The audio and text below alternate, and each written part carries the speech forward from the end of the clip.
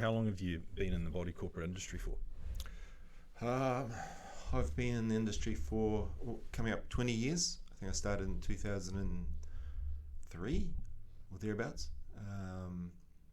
I got into the industry when my wife and I came back from Europe. We were living in Europe, in England for a while, and came back at a loose end. So yeah, that's how I got into it. And was it a particular sort of, had you ever sort of heard of the industry before, or was it something that you sort of came across by accident? No, I didn't know anything about it. Although, funnily enough, I was working as a builder in England, and we came across a couple of situations where we were, they mentioned body corporates, and I said, we don't even have those in New Zealand, I don't even know what that is.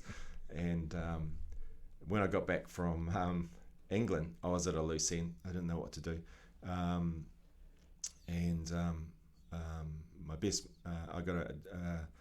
best mate's dad asked me to come in for a job interview as body corporate manager. And I thought it was, I thought, I just sat at home and I think, what's that about? Yeah. And I thought, body must be like a gym. Yeah. And corporate, it's a corporate gym. Yeah. So I went to the interview already for this interview. He actually rang me up and he says, come in. I said, look, I'm in the garden. I'm in gardening clothes. He says, just come in like that. Yeah. So I came into the office at their company, and I said, I'm here to meet this guy, and the director of the company, and I had a t-shirt on with mud on it and all that sort of stuff, and she just looked me up and down. Anyway, I quickly realised in about the first 7 minutes of the interview, I had no clue what this interview was about. You're like, where are the weights? Where's the treadmill type thing? Yeah. So he explained it like it is. He says it's not rocket science. You just got to do a good job, and that's really what the industry is about. Yeah. But you said yes. Yeah. You said yes to the job, so it must be all right. Yeah. Well, I knew I had the job before I even went in, because I was his son's best man, and he was my best man. Yep. So he said, you've got the job when you come in. So anyway, it was sweet. That's good.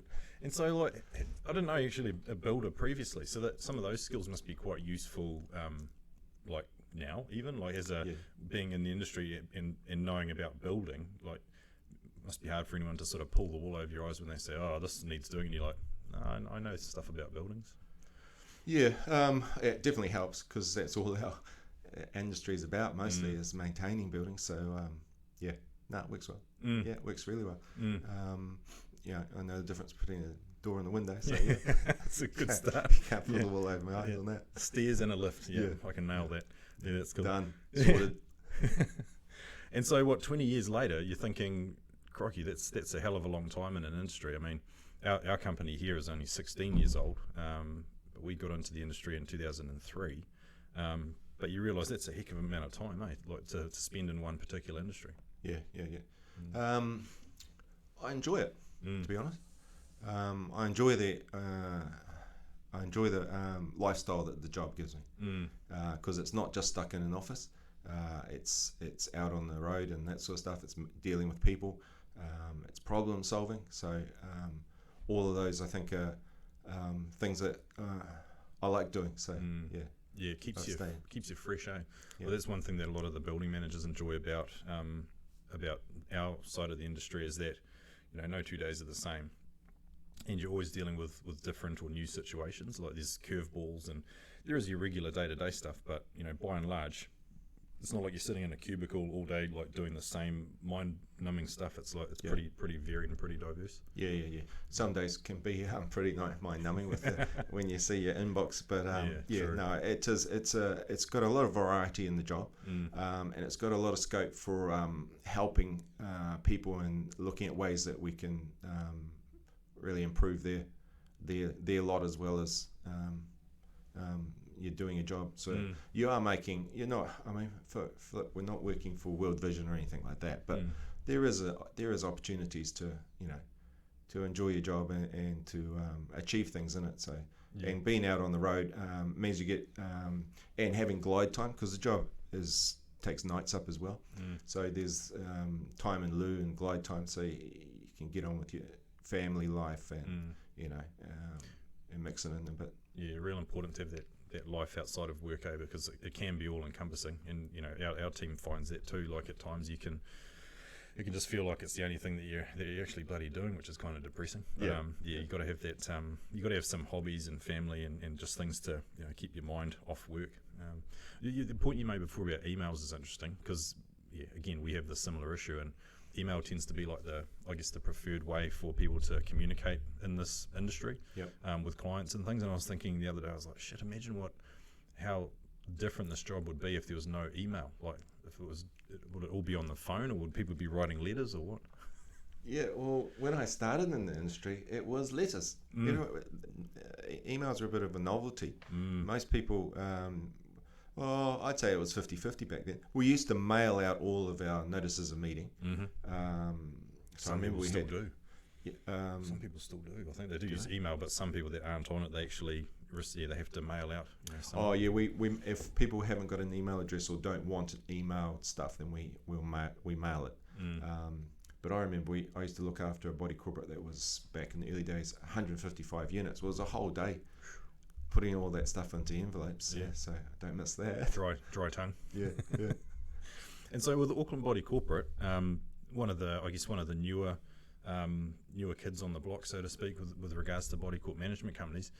How long has it been around for, and how did it come about? Because I know it's a Bailey's company, right? It's part of Bailey's Real Estate. Yes, that's correct. So how did they, what sort of prompted them to get into Body Corp, or back into Body Corp? Yeah, well, back into Body Corp is correct because Bailey's were in Body Corporate. I don't know how big but reasonably. And they sold out in 2008. And then I think I don't know, but the story is that they came out of their restrained trade period. And so then they approached Chris, who's my business colleague, to come in and start up a body corporate division under Bailey's. And then about a year and a half into that, then Chris and I had previously worked together for about, I'd say probably 5 or 6 years. He approached me to come over to Auckland Body Corporate, and then I purchased into the company, and so now it's Chris, myself, and Bailey's. Oh, that's awesome. That look after the company. I don't know. Nobody probably knows that. No, good on you. Well done. Even involved in it in that way, but yeah. So and then I guess Bailey's saw it as an opportunity to how can they develop their apartment side of their company, sales, leasing, and that sort of stuff. And so they got into residential property management about a couple of years prior to that, and then body corporate management. Okay. And then the rest is history. Yeah, but it seems to be a real logical sort of loop, I guess, for those companies to get into, they already sell real estate. So if you get a contract to sell down a large development, you're selling that down. You can become the body corp manager. You do the sales, do the property management for the investors and things. That just seems to make a whole lot of sense. Yeah. Well, the general thought in the world can be that if you're in business, you're just rolling in money. Yeah. And so it's not like that. No, it's not. So for businesses to survive in the current age, they need to diversify, and they need to look at how can they create opportunities in other areas. So that's basically, I think, the logic of Bailey's, the people that run Bailey's, the Bailey's brothers, and the board there are a lot smarter than me, but they know that if they're going to survive in the industry, you can't just have one stream of income. You've got to look at other ways to create opportunities and create income through those, because you just can't make it in the industry. Your profit line you can't survive. Yeah, totally agree, man. And even with our business, I can draw a parallel with that. We're in this building management niche, and which we talk about with you guys a little bit later on. But within that niche, we have 4 departments. So we have the cleaning, the grounds, the after hours, and obviously the building management too. But I've often thought about, do we need to actually get into some other aspect of property? Do we do property management, or do we start doing more property maintenance type stuff and that? And because I agree, I think you've got to diversify, and and take advantage of that database, because I'd imagine Bailey's and Auckland Body Corporate would have a massive database that they could sell other services to potentially. Yeah, so for sure. Yeah, is that the idea of it? I don't think you can underestimate networking in the industry now, and I don't know whether you could ever underestimate it. It's the ability to find avenues to make your company more profitable, because otherwise people think that building management, look at all the money that's in the budget for that, and look at the money that's put aside in the budget in body corporate, and this is a body corporate budget that's for the body corporate manager, and they must be making they're rolling in it, right? But when you take into account staff and everything, it's just there's not a lot of margin in it. So looking at you just got to look at ways that you can make money elsewhere, but most of it is, I don't think it just happens. You see the questions start being asked, like if it's property management, right, rental property management for yourself, I guess is possibly what you're meaning, or body corporate management. If people can start asking, you should do it, well then eventually you sort of do it, and that's how you get into those things. It's just organic, really. It seems to be. Yeah.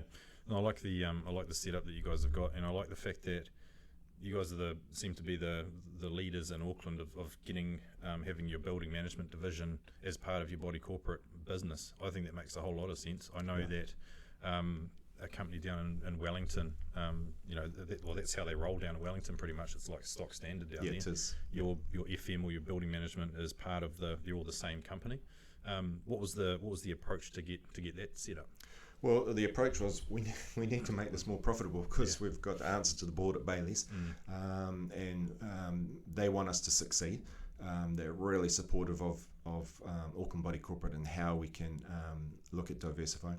But we've effectively done what you've done. So you've done very well in your industry, because you've added, you started with building management, I assume. Then you've got into property management, property maintenance, because you've probably looked at, we could do that for the same price, or we can do it cheaper for our clients. Then you've looked at cleaning, we can do that cheaper, or that's a large budget line item. Staff costs are going to take up the majority of that, but there's another avenue that we can create a business out of. And then what was the fourth one that you were saying? So we do like grounds maintenance. Yeah, grounds maintenance. And then after hours, like security, or just after hours assistance, we call it now. Yeah. I would imagine, and I don't know what it's like, but I would imagine grounds maintenance is a lot of capital costs that you need. You need a truck or a small van or something, trailer and that sort of stuff, and then you need all of the the whizzer bangers and suckers and blowers. That's the one. So a lot more setup in that. So with us, we looked at how can we diversify. What is an opportunity that we can do that's part of our industry that we can work into, and can we make it work? We didn't know whether it was going to work at the start. We didn't know whether it was going to adversely affect our body corporate's company. And we toyed with the idea: do we set it up as a new name, or do we set it up as a different entity? In the end, we just decided, let's not overthink this, because that tends to be my problem, is that I tend to overthink things, and I strategize too much, and I plan too much. We just decided in the end, Chris, I think, he said, let's just call it Auckland Body Corporate Building Management, and let's run with it. And it's gone well. We don't seem to have, it hasn't adversely affected our company name. If anything, I think it's actually added to our service, because if there is a separate company, two separate companies, one's a body corporate management and one's a building management, they're not working necessarily that well in sync at times, unless you spend a lot of time with each other. And so the thing with having it in-house is that our body corporate managers desperately don't want to let down the building managers, and the building managers likewise desperately don't want to let down the the body corporate manager in turn. So it works well. It means that we don't drop as many balls, I think, through the who's doing what. I think it's an awesome idea, and like having, openly, we've been part of a similar arrangement, in the past with when we were part of a real estate company for a period of time, and but we had a real struggle in there because it was like two different brands. And I think the smart thing that you guys have done is you've just said, no, this is our service. We're not two different brands or two different companies. This is how we do body corporate essentially, and it's got the body corp management, it's got the building and facility management. Yeah. So there's no people aren't going, oh, is it that company or is it that company? And there's no sort of fighting between the two. So it's a smart move.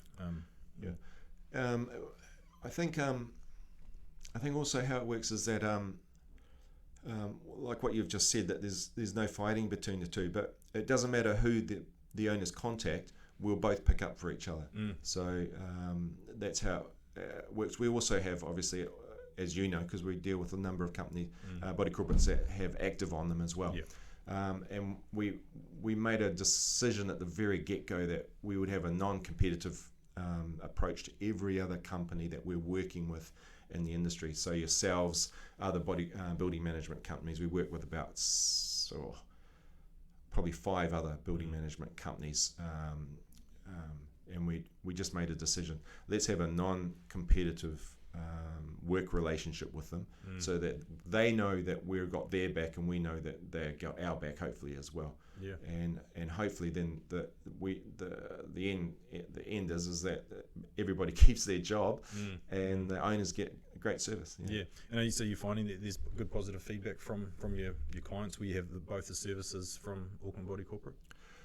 I've never had the question asked, because what I was worried about, and my over planning side of my brain, was that we were going to get told, oh, you're clipping the ticket, right? Because you're getting paid to be the building manager and you're getting paid to be the body corporate manager. I've only once had the question asked, who does what in AGMs or by committees. It seems to work well. At the end of the day, if it's working well, why reinvent the wheel? And I think if you're doing a good service, then you keep the business. And so within the company, so you've got the body corporate side, you've got the building management side. On the on both sides actually, body corporate wise, you manage residential. There must be some, I guess, commercial as well. Are there any other sort of, I guess, other structures or aspects that you guys manage from say a point of view as the resident societies or other structures that you'd manage too? So we manage probably resident societies have gone through the roof as far as the amount that are on the market coming in, new developments and that sort of stuff now. Why is that? I think firstly people view them as a downgraded version of body corporate, and then I think the other way is that the council is pushing more of the urbanised sort of intensification.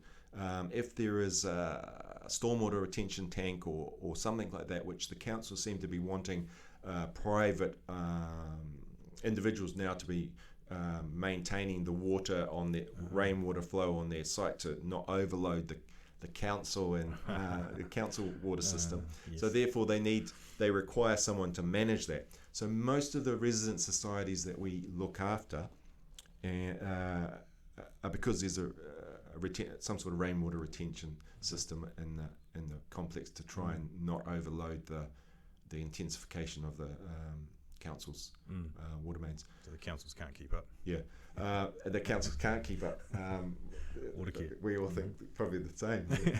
That's another podcast altogether. Yeah, that's another one. We could go down the rabbit hole on that one. But I would say most of our body corporates that are body corporates would be residential, a small number commercial, not so many with ourselves, although that seems to be a growth industry on lock and leave type body corporates. And then there's the commingled ones where you've got some commercial and residents as well. And then we've got a new system that's coming in at the moment that's we're getting our minds around and how it works, and that is the co-living and the rent-to-own situations. So we've got a number of those in Queenstown where they're rent-to-own or they're right to occupy, affordable living, and that's a new sort of part of the industry that's coming in. You guys have partnered with a crowd down there by the look of it. Is it like Queenstown? I saw it on the website. You've got a building manager down in Queenstown, but it looks like they are part of another business as well. Yeah. So our building manager down there, Mel, and Wayne. Wayne's not on our website though, but they're from a Bailey's franchise that's down there, and they work as our on-site building managers. But it's not the co-living or the affordable homes stuff that they're involved with. Yeah, and that works well, like managing staff remotely? Most of our staff are pretty remote now, to be honest, because we've all got used to this post-COVID world where a lot more of us are working from home. It works really well, but we have to make it work for them. Because they're a contractor / employee, but if it doesn't work for them, then it just they've got to be they have to make a buck out of it to make it worthwhile. Otherwise, we're back to square one with what do we do with the Queenstown developments that we've got. Seems to be plenty going on down there. Like I look at your LinkedIn, quite a bit, and you do a good job of sort of showcasing new developments down in that part of the world. Do you obviously like going down there every so often? Well, we have got a number coming in Queenstown, and some really big ones that we haven't yet put up or mentioned at the moment because they're still sort of confidential. But we can yak about that afterwards.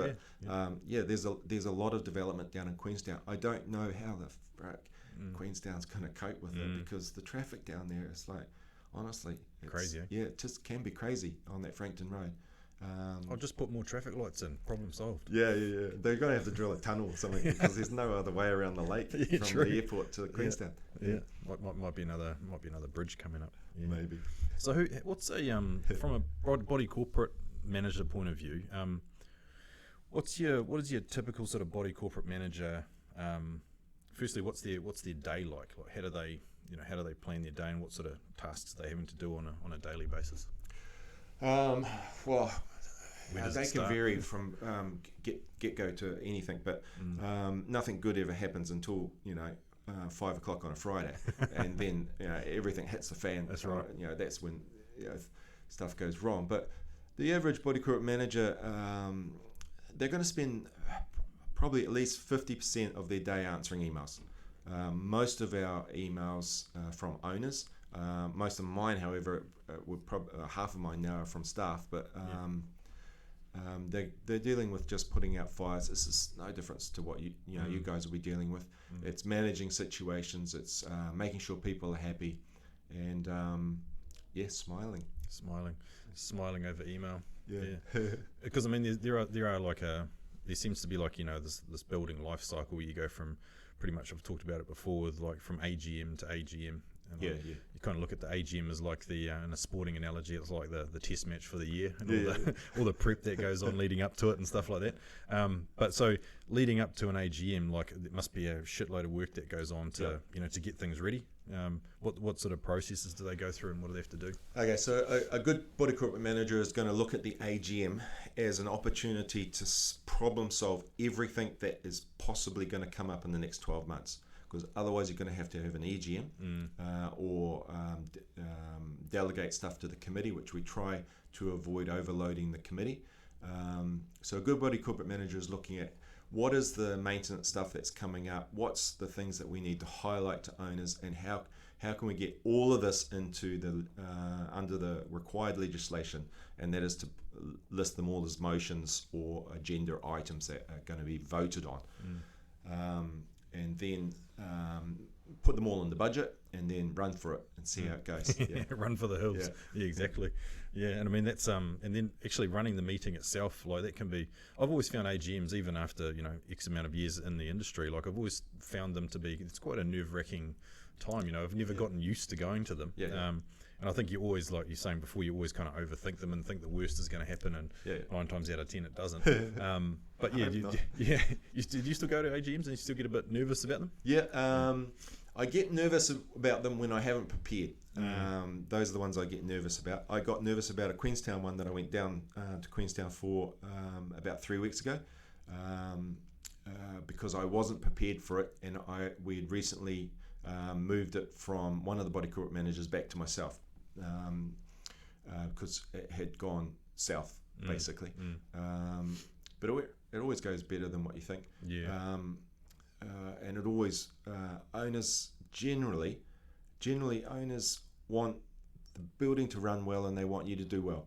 So if we all do well, then everyone's happy. And so if you can get them through the rough times, then the rest should be plain But sailing. AGMs themselves, if you don't prepare for them, you go in with your heart in your mouth sometimes.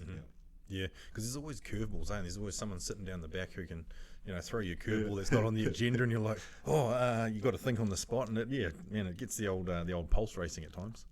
Well, the big thing we do is that we require all of our body corporate managers to be on their sites on a regular basis, so that they know the sites, and they also bump into the people on the sites as well, if they're at home during the week, during business hours, obviously. But if you know the sites, then you go in with a lot more confidence than if you know when you're not ready. It's like your school reports. You know when you're not ready for the school report to come out. And that's when you're nervous about handing it over to your parents. You don't want to take that home to mum and dad. So that's actually an interesting point. So your body corp managers go to site and actually, because I know a lot of them don't. A lot of them are fairly office bound.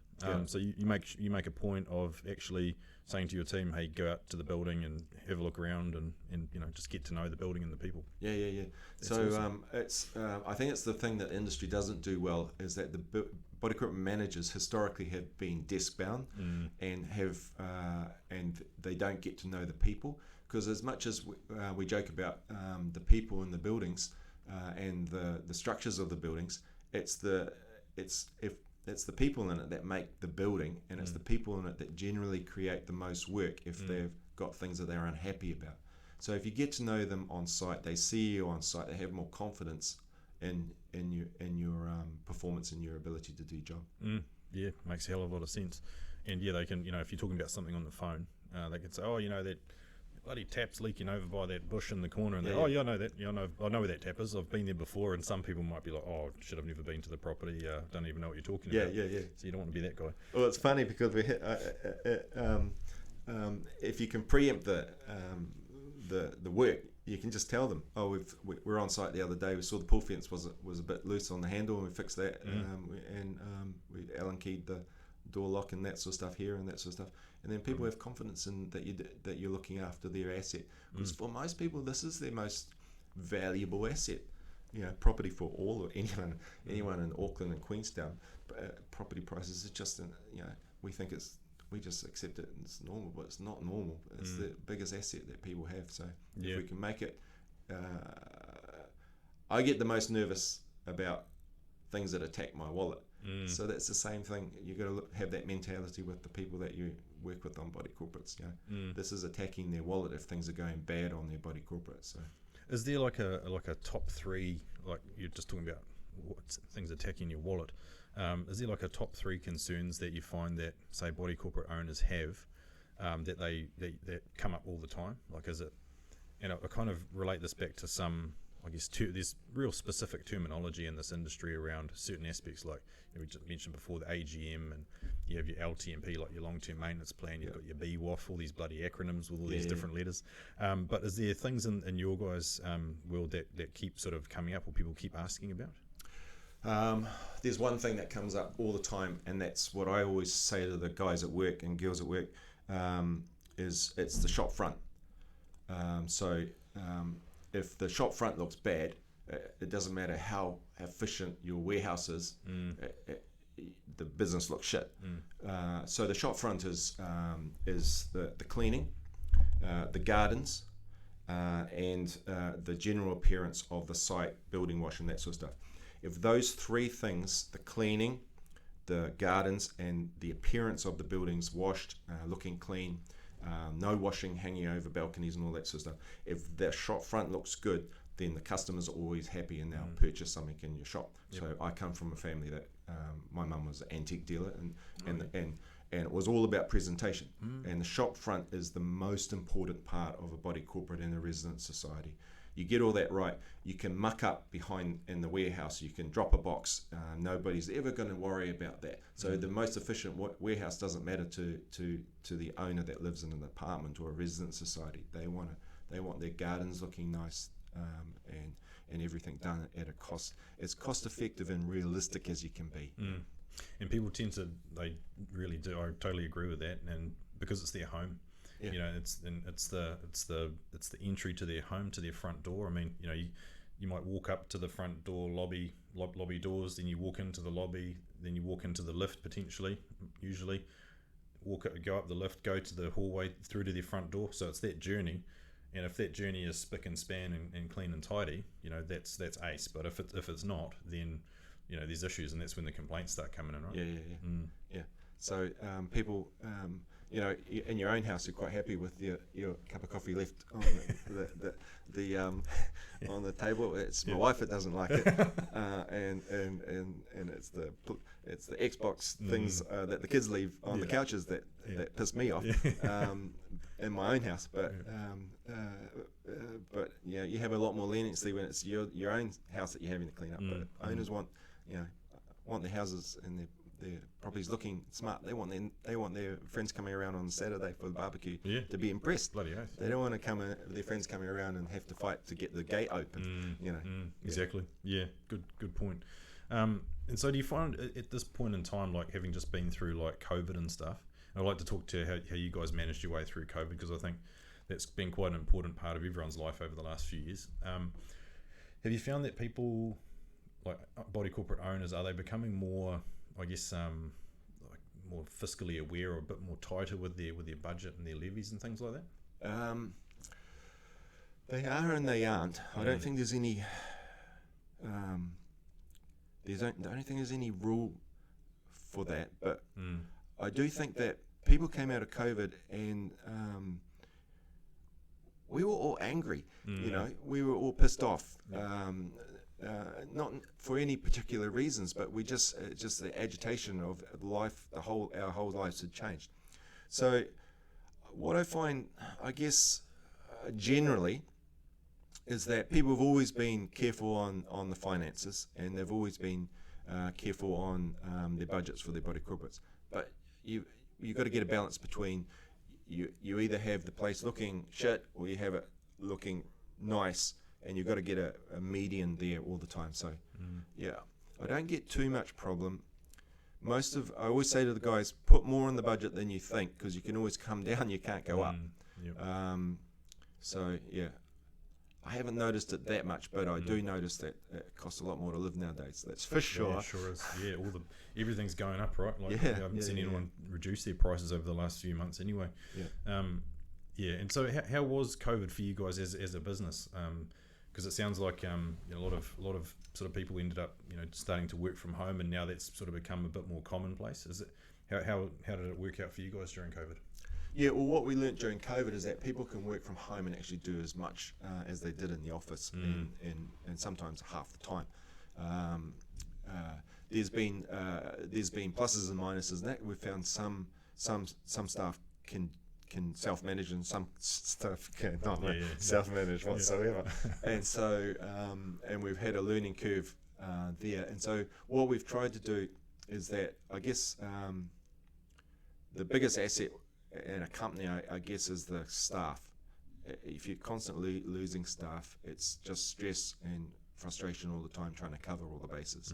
And what we've got now is a sort of a situation like that, where we've got COVID taking staff out all the time. So we've had to get a balance between what staff can and can't do, and where we can go. We have a anchor day every Thursday where everyone's required to be in the office. That's a good idea. And we have our team meetings on those Thursdays. We break down into our individual teams as well. It works well. Some of our staff work from home almost permanently, and some of them work part-time. There's definite benefits to having to working from home from a point of view is there's less distraction.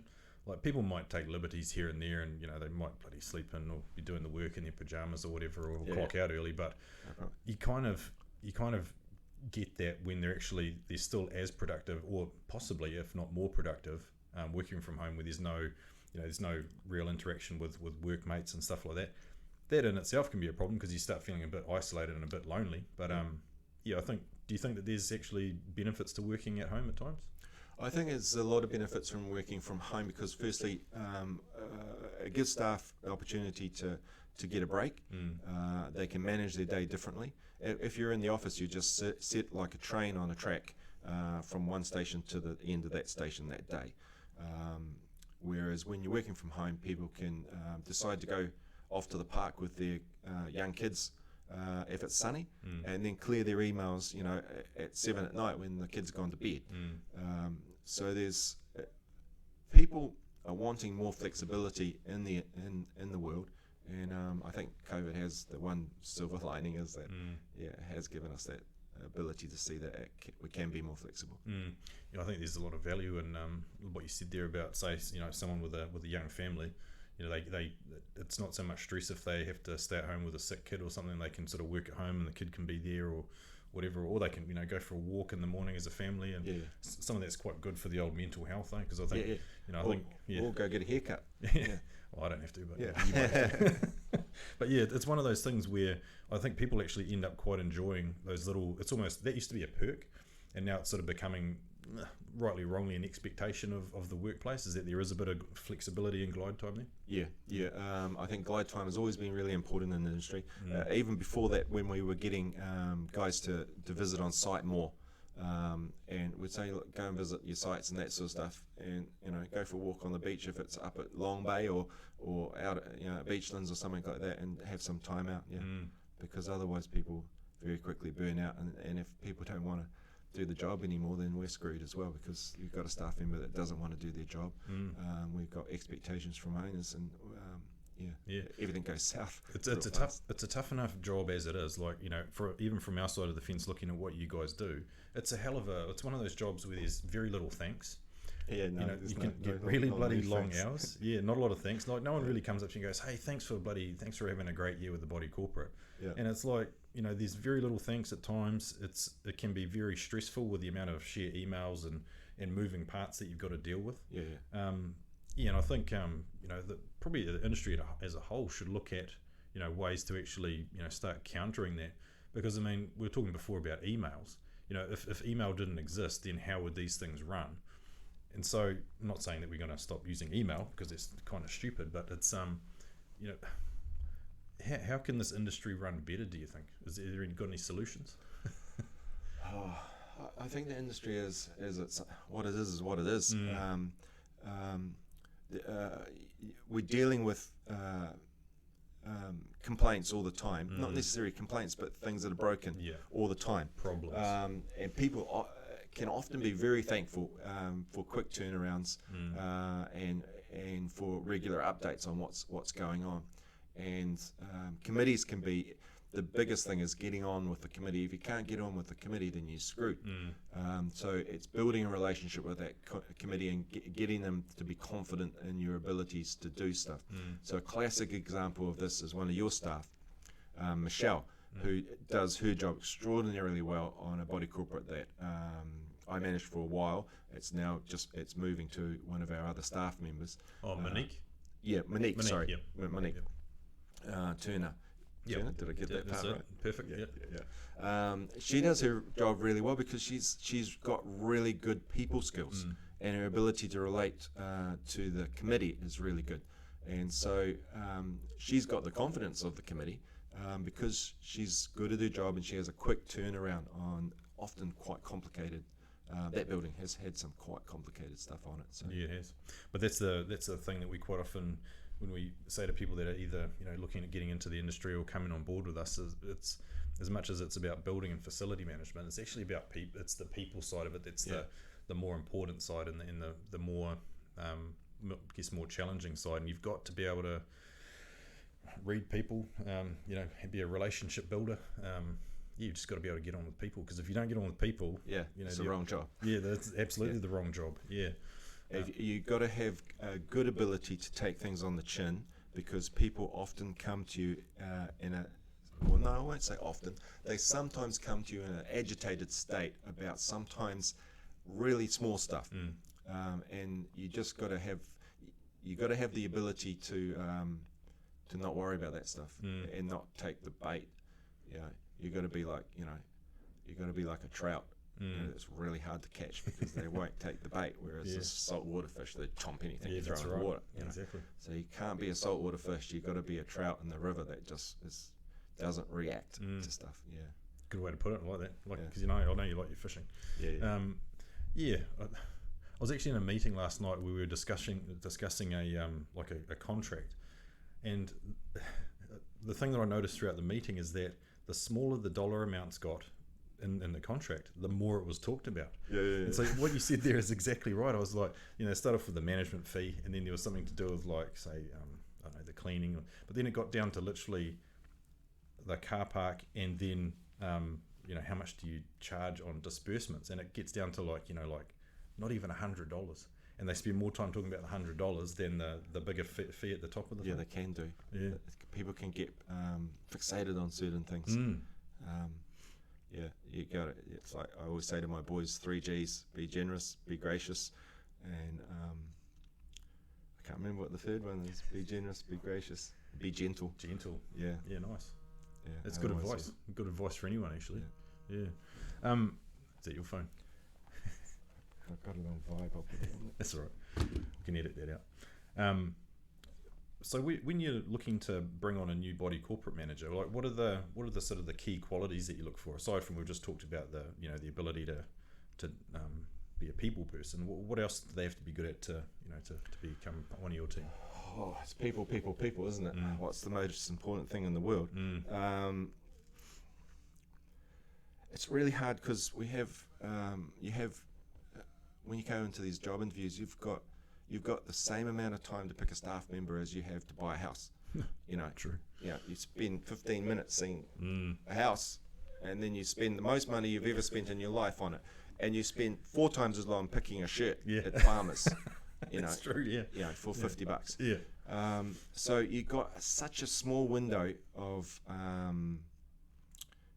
time to review someone that's coming in, and I guess if you're saying the job interview, I just look for people that engage with their eyes and they smile a lot and they're funny. Yep. Because if you can do those 3 things, you can make it in this industry. Yeah, sure. You got to have a sense of humour. Uptight people just can't make it. As far as people's personality traits, honestly, those 3 things, if they've got those 3 things, they're going to make it. All the CVs are bullshit. You should see mine. Yeah. I don't even think I have one. No, I can't remember. Can't even remember the last time I even had to use a CV. Yeah. But it's the ability to engage, be personable, and most of that's in people's eyes and their face. You can get a good idea of what they're like. Because there's no real career path to this job, is there? You don't go to uni to study how to become a body corporate manager. No. And you can do property, bachelor in property or something like that. But, right. Yeah. But there must be a specific part that focuses on body corporate in that particular thing. There is a section that deals with body corporate, but you're correct, there's no qualification for body corporate manager. Interesting, because I think a lot of the people that end up in the body corporate industry are from everywhere else.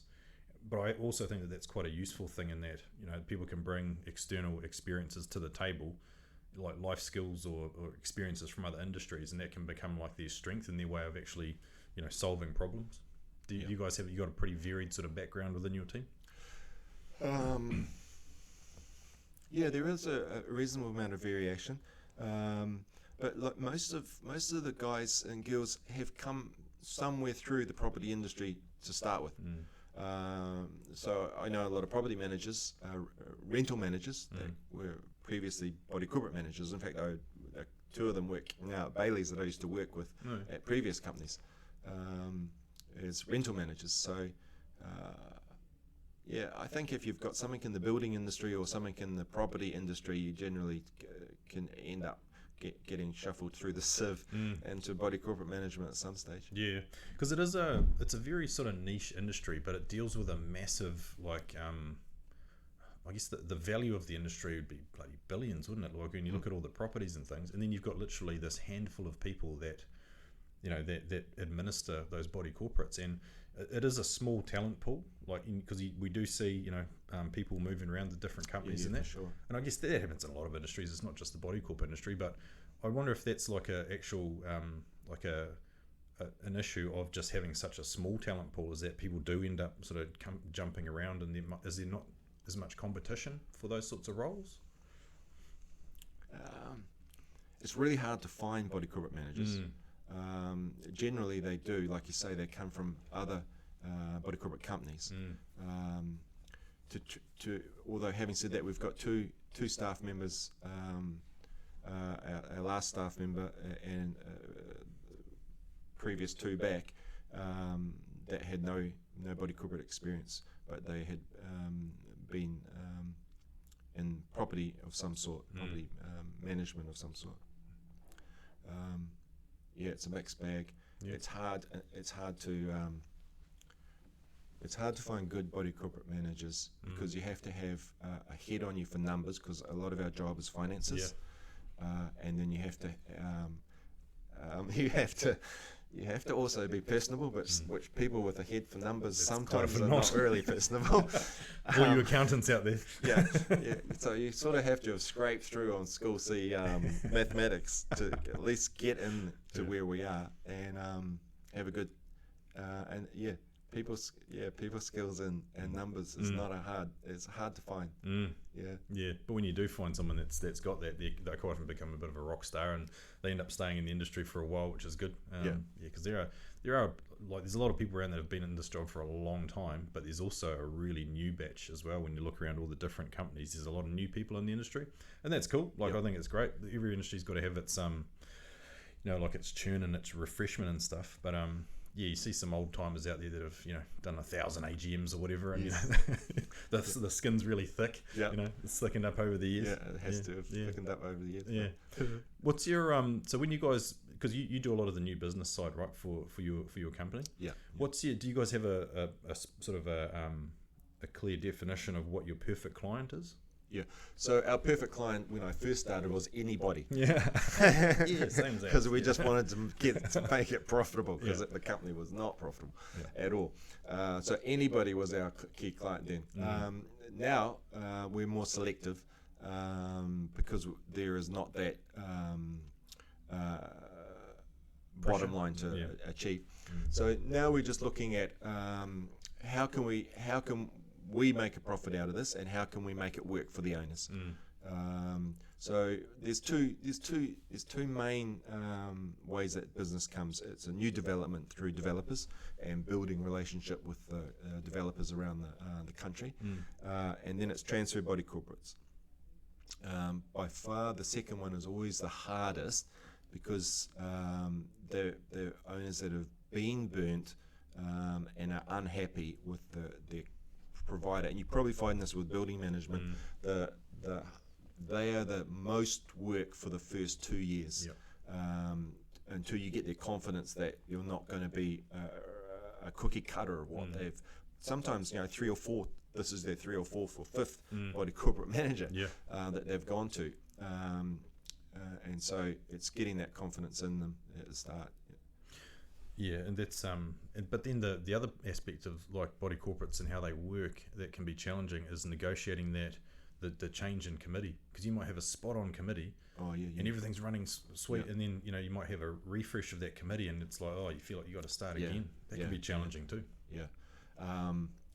So you've got to not get blinkered into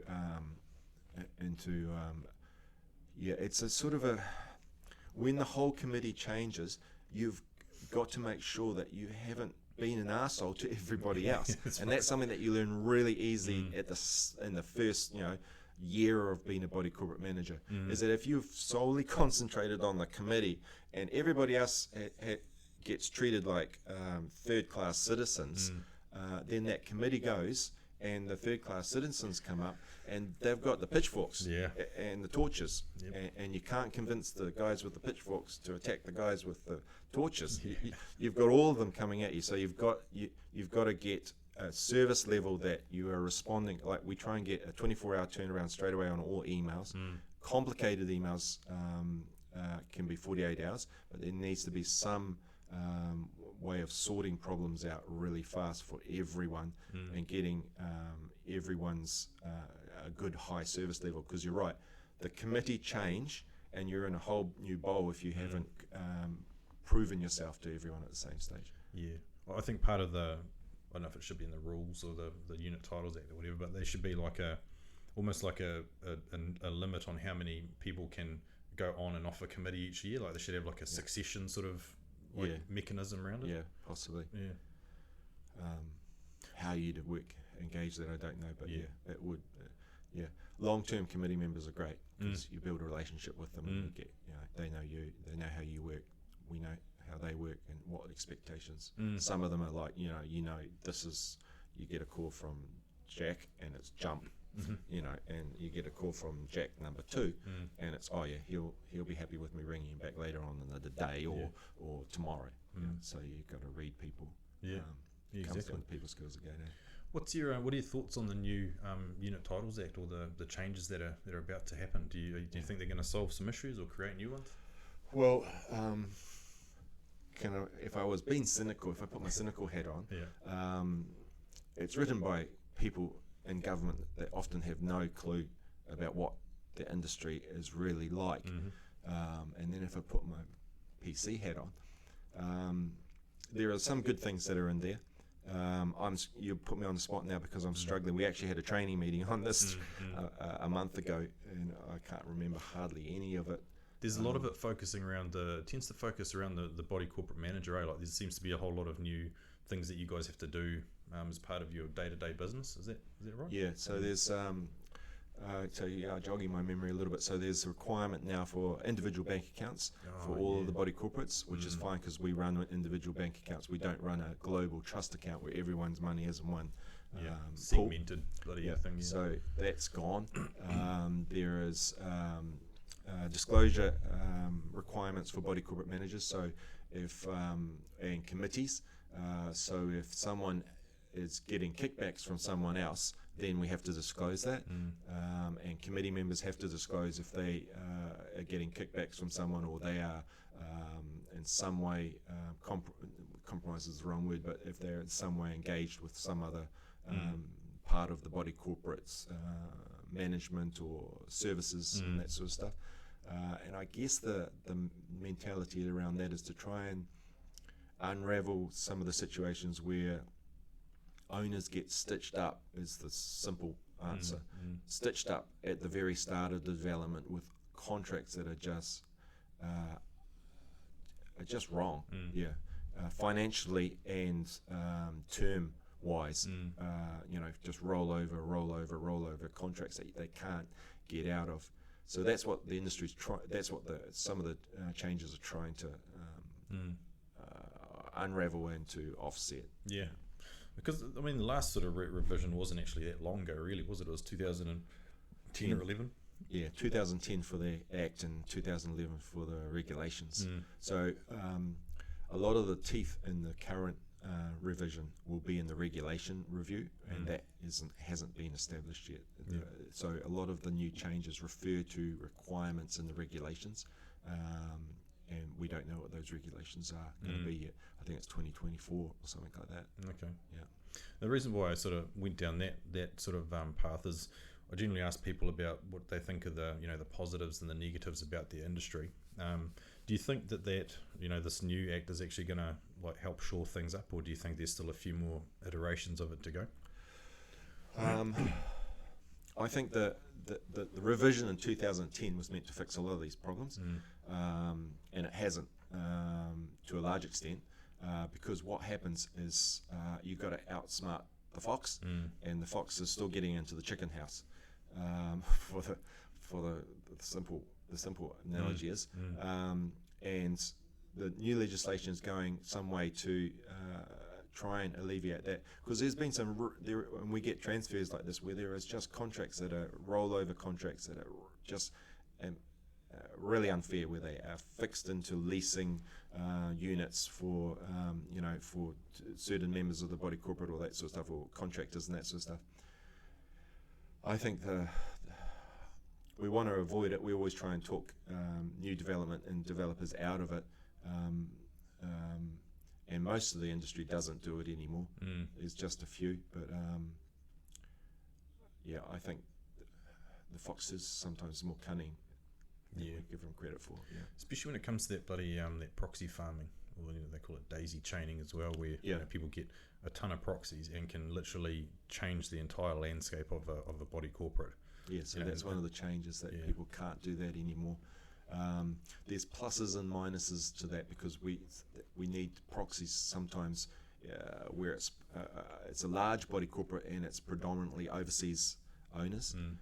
We need the proxies to be able to run the meeting. But you're correct, because what it's effectively doing is, in some ways I think it's possibly throwing the baby out with the bathwater. But there are the odd situation in my experience over the last 20 years where I've seen people just completely rot a meeting with the vote, and the owner occupiers that actually live in the building have no say, because the rental guy, the rental units possibly with the overseas owners, or generally because they are overseas owners, are all being skewed by one person with all the proxies. It's almost like the situation that I'm referring to, or two situations where it happened in a complex, and said property manager rounded up all the proxies and just got rid of us because he's a competitor. Won't go into it, but it was just a shit situation that would never have happened if you didn't have the proxies. Yeah, and the owner occupiers are the ones that are left with getting screwed over. Yeah, they were helpless to it. They're all like going, we don't want this for our complex. Yeah. But then they go, oh, too bad. It's a vote. And you'll probably find this as well. A lot of those buildings are increasingly due to the social housing issue that we're getting more and more housing corp. Or whatever the new entity invention of that is. Kāinga Ora? Yeah, Kāinga Ora, all that sort of stuff, where their owners, overseas owners, are leasing it because it's a guaranteed income. But yet sometimes probably 30 to 40% of those are just disaster cases, the people that they're putting into those apartment buildings, and the crime and problems and damage that's happening because of that. And then the old owner occupiers are the ones that are getting screwed, because they're having to fix all this stuff and live in this really unpleasant environment. Well, we've seen how much damage has been done to the CBD by, I'd relate it right back to COVID, and then how the social housing invaded the city, and it's not going anywhere quick. The amount of crime that's happening in the city now. I've got a mate who's in the police force, and they can't keep up. They're just saying every night there's issues, but major issues, like not just back in our day, you'd see someone have a fight, a punch up or whatever, and that'd be it. But now there's fucking guns and knives and all sorts of shit. Well, it seems to have in the last 8 years, gun violence, it never happened in New Zealand. It was once in a lifetime. Everyone talked about the Arthur Allen Thomases or the Aomawanas or someone like that situation where it was a gun murder. But now we've got it every day. I blame Australia, to be honest, because they're sending all these flippin' degenerates that they've created back to New Zealand. But that's a huge sweeping statement. But I mean, New Zealand has changed. We used to all live in quarter acre sections. There were no real wealthy suburbs, and no real, or there were the poor suburbs. But the wealthy suburbs, Bill Massey had the idea of spreading state homes through them so that everybody grew up with everybody at their school. And now we're sort of intensifying, and it's a global problem, intensifying into apartments, and people are just locked with no back fence anymore, and they never see their neighbours. And if you don't see their neighbours, then it's all right to smash their window in the back of the car and grab the laptop. all those bloody estate homes are being sold for like $3 or $4 million now. Yeah, it's like all like over the North Coast and that sort of stuff. We've got a few developments there, and then out Glen Innes way, they're all being vacuum cleaned up, and they're taking 6 state houses and putting 50 townhouses or resident societies or body corporates in. So So what do you see as the challenges ahead for, say, firstly for your business, and then secondly for the industry as a whole, do you think? I think the challenge ahead for body corporate managers, and what we've tried to do with Auckland Body Corporate is change the perception of body corporate managers, is that it's really hard to do a podcast and make body corporate sound interesting. Hey, I've made health and safety sound interesting, so we're doing it right. Uphill road, but just the perception of making sure that it's got to work both ways for the owners, and this is the same in the building management industry. It's got to work both ways. If it's and it's the same as what I alluded to back about staff and our Queenstown staff and that sort of stuff. It's got to be worthwhile for everyone, otherwise everyone gets shitty. So body corporate managers, especially in Australia, have a real bad rap. I think someone told me they were right up there with the most untrusted people. Used car salesman type. Yeah, right up there. I don't know if it's that bad in New Zealand. I hope not. Maybe I'm looking through rose-coloured glasses, but I don't think so. I wouldn't think it is. No, but Aussie seems to have had a bad rap there. So it's making sure the industry doesn't get like that. Yeah. And what about, do you think for yourselves as a business? Because I think you probably mentioned more about the industry, but like, what do you see as the obstacles for Auckland Body Corporate? Sort of in the next couple of years. A lot of people talk about like finding staff and that these days. Have you got issues around that? Or are you guys pretty solid team? Finding good staff is always hard. So we recently had one of our staff members leave to go back to Korea. Kimberly, who's been a big part of our company as an accounts person, and so we had interviews for Africa on that, and trying to find the right person. It was hard. So staffing is hard in the industry. I think historically the industry's, and I don't want to sound negative about our competitors, but I will, is that there's been just constant burnout for people trying to hold 70 body corporates or 50 or 70 body corporates. I know there's some of the companies try to do that or have tried to do that, and it doesn't work. How can you even keep track of that? You can't. That's why people get so pissed about body corporate managers not responding, because they just can't. It's a physical impossibility to be answering. If you're dealing with 70 body corporates, and let's say you're getting 6 emails on average from each one, it's impossible to keep up, and every email creates another email.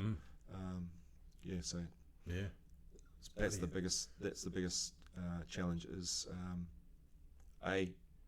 keeping staff and having longevity, and B, making it work for the body corporate owners as well. That's a good call, man. I hope you guys do well in achieving those goals, because that's hugely important to, well, not just your business but to the industry, and to providing that service to people. Just to wrap it up, because we've nudged just over an hour, which has been good. It's gone just like that. I love those chats. What do you enjoy about the body corporate industry? Like, what are the the top couple of things where you go, shit, I'm glad to be part of this, or I really enjoy this?